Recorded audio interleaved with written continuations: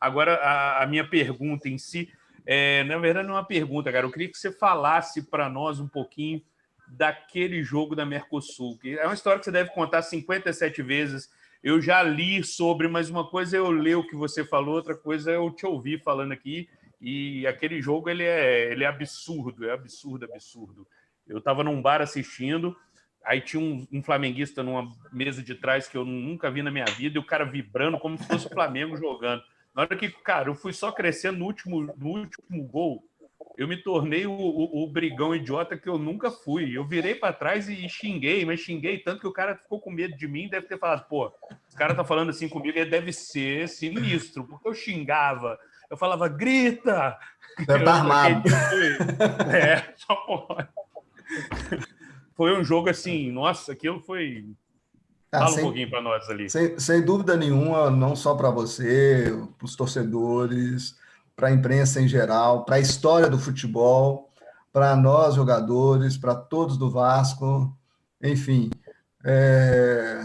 Para quem gosta de futebol, né, Euler? Gosta do futebol, foi algo assim maravilhoso. Nós tínhamos um time de fato que a gente jogava sabendo da força que tinha cada um de nós individualmente e do grupo, né? Nós tivemos um pouco de problema no primeiro tempo, mas na verdade a gente já vinha tendo problemas desde a saída do Oswaldo de Oliveira, entendeu? Então, ou seja, o Oswaldo foi mandado embora e abalou muito o grupo, muito, muito. Ele tinha um grupo na mão, toda a sua comissão, um trabalho espetacular que nos fez ter um conjunto maravilhoso, onde a gente jogava, sabia o que tinha que fazer, sabia cada um dentro da sua posição, e era algo maravilhoso. Eu me sentia assim, e a gente tinha muita confiança dentro de campo, a hora de virar um jogo,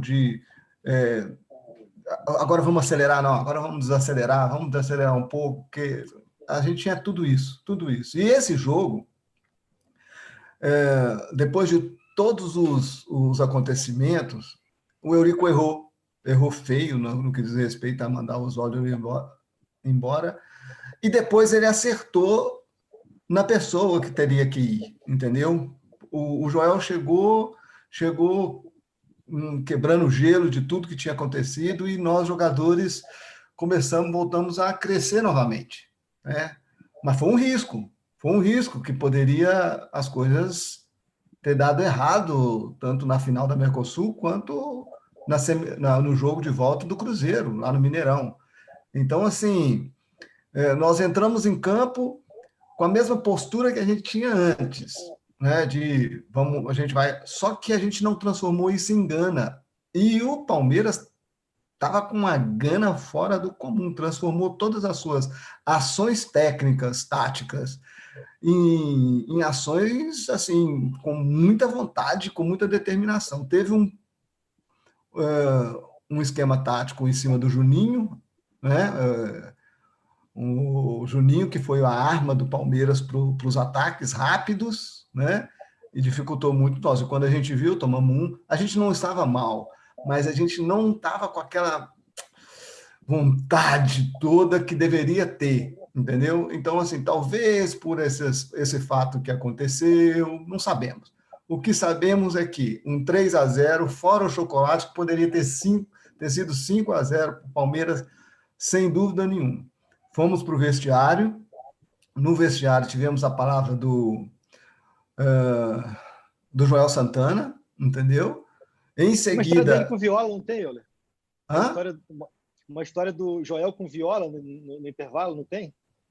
Eu não sei da história dele com Viola. Eu sei que a mudança do Viola ela foi predominante. Então, assim, foram vários fatores que levaram a gente a fazer essa virada. Primeiro, as palavras do Joel. Segundo, as palavras do Eurico Miranda, que poderia ter chegado lá e ter arrebentado com todo mundo, porque só tinha jogador experiente e craques, então ele poderia... Mas não, ele, ao contrário, foi lá, deu a sua força.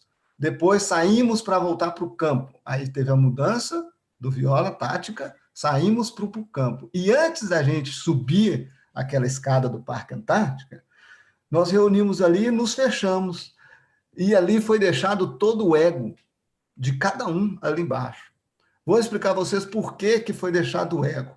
Porque nós subimos para entrar em campo, dar o máximo, não era para virar o jogo, era para amenizar o sofrimento, aquela dor que a gente estava sentindo. Por isso que eu digo que nós deixamos o ego ali embaixo, entendeu?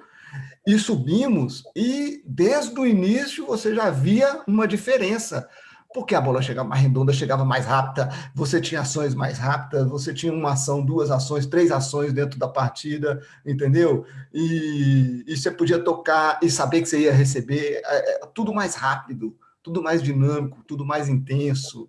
Isso aconteceu. E com isso aconteceu o gol.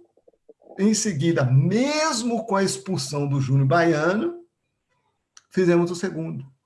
A partir desse segundo é que nós vimos as possibilidades. Nós não entramos para virar um jogo. Nós entramos para amenizar. O time do Palmeiras era um timaço também, né, Eulio? E tinha um timão. E então a gente fez o quê? Vamos amenizar isso. Aí amenizamos. Oi. O ponto anímico, né? Vocês ganhando confiança e voando, e o Palmeiras também ficando cada vez mais impactado. Cara, o que está acontecendo? Que avalanche é essa? Tal? E aí, cara, isso aqui também muda muito, né? Isso aqui comanda muito também, né? Psicológico. O que aconteceu com o Vasco no primeiro tempo aconteceu com o Palmeiras, termos negativos. E o que aconteceu positivamente no Palmeiras no primeiro tempo aconteceu. É o futebol maravilhoso. E é esse momento que fica para a história mesmo, entendeu? E quando saiu o quarto gol, meu amigo, aí, pelo amor de Deus, aí foi a explosão mesmo de felicidade, aquilo que nos deixou assim mais animado diante do que a gente poderia fazer. E tínhamos que reverter um outro resultado, que era o Cruzeiro e o Mineirão, logo em seguida. Então, isso nos animou muito. Então, ou seja, foi uma sequência de fatores que fizeram com que a gente voltasse para um segundo tempo e aí fizesse um segundo tempo maravilhoso, até com um jogador a menos.